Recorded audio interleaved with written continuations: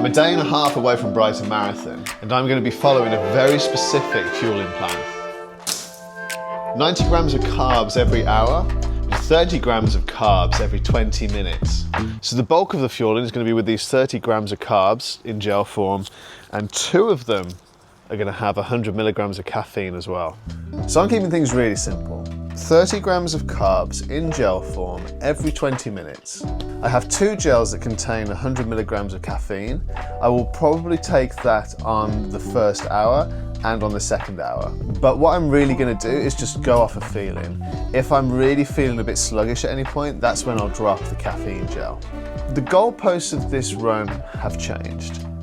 Originally, I was going for a sub 3, which would be a huge PB. But because I've had such a hard start to the year with illness and injury, I can't really expect too much from myself.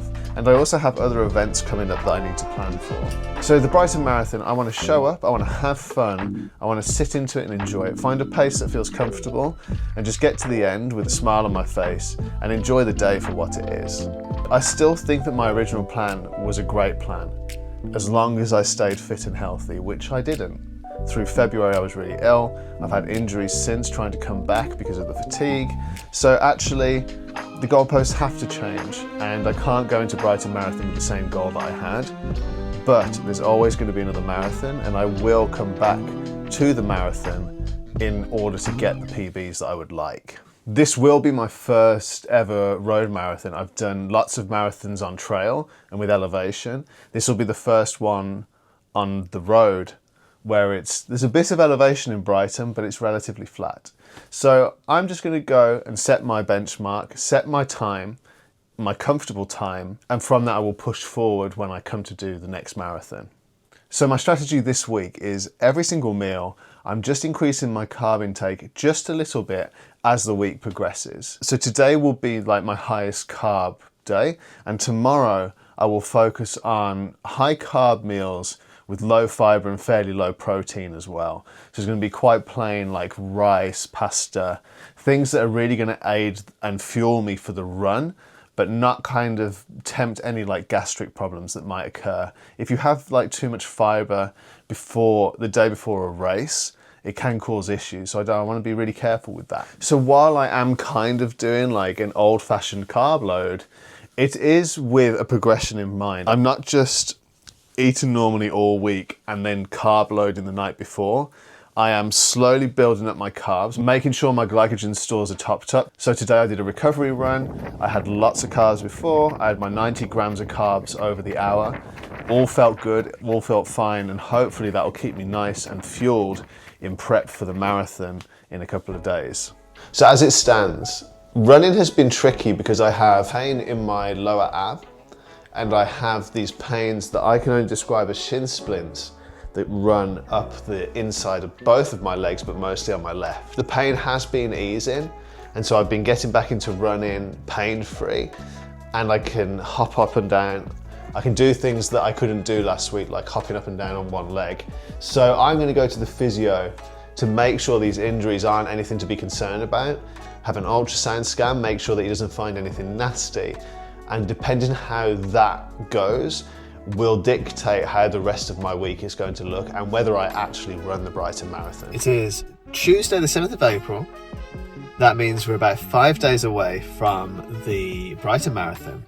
Still undecided whether I'm actually going to run, with the mind that I want to save myself for the ultra. I need to be a bit careful with the mechanical load that the Brighton Marathon is going to give me. So I'm here at Flex Physio because I'm going to have my shins and calves looked at. I'm going to have my sports hernia looked at, see what the level of damage is there, see what I can get away with, and we will go from there. So I'm not going to film while I'm in there unless he films specific parts to show me so I can rewatch it when I get back.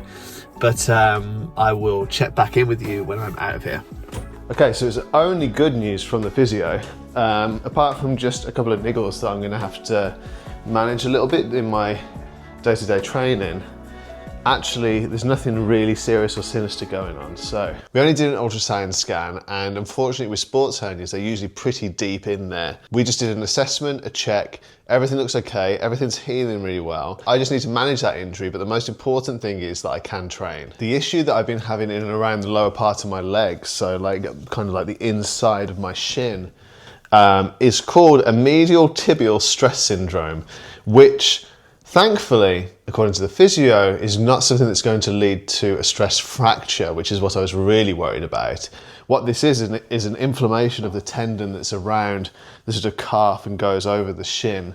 So I just need to manage that as well. I get it in both legs, but at the moment it's predominantly the left. I get a pain when I press down on my leg. Excuse me, about there. So luckily, he has cleared me to run. The goalposts have changed a little bit. So because my injuries have been cleared, I am going to run the Brighton Marathon. What pace I'm going to do it at, I don't know yet. Originally, I was going to aim for a sub-3.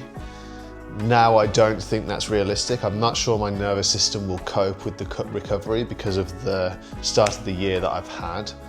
I had really ambitious goals this year, and if everything went really well, it would have been tough to complete, but I felt really optimistic about it.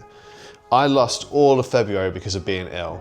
I've had niggles and injuries that I've had to deal with as well before my training has really ramped up, so it's just the way it's gone.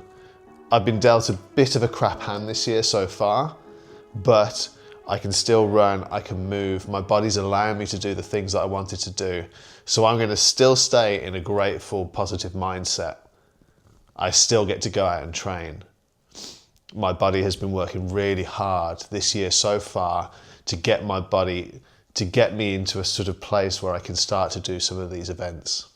So with that in mind, I got a little package come through. I think this is going to be my bib number. Number 26,127. So there we go. There's my chip. On Sunday, I'm going to be running the Brighton Marathon. So this marathon is not going to be a full send affair. I am going to go into it with caution. I'm going to run slowly, keep myself in the zone 2, zone 3 area. Whatever time I get, keeping my heart rate down, keeping my body feeling comfortable, that is what my time is going to be. So up until that point, actually my training load this week is looking pretty fierce. So yesterday I did a strength session and a run. Today I've done a strength session and a upper body focus strength session, and I'm doing bike intervals. Tomorrow I have another strength session, and on Friday I'm doing a recovery run. Saturday I'm going to chill. Sunday we do the marathon.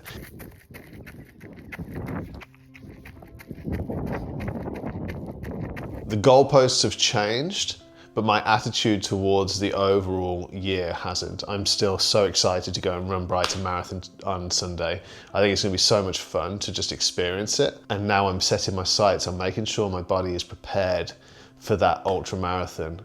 500k over 8 days from the Lake District to London.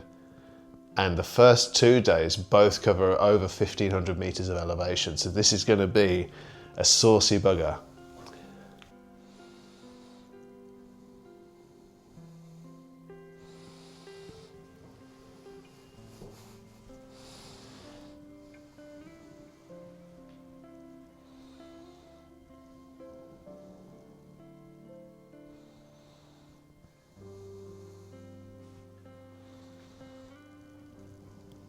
So thank you for sticking around and watching me on this journey. I'm going to try and film some of the Brighton Marathon in the day, just to kind of give you an insight on the vibes that are happening in Brighton that day and the run itself, and that will be posted next week. So once again, thank you. Give this video a like if you did enjoy it. Subscribe to the channel if you haven't already, and I'll catch you next week.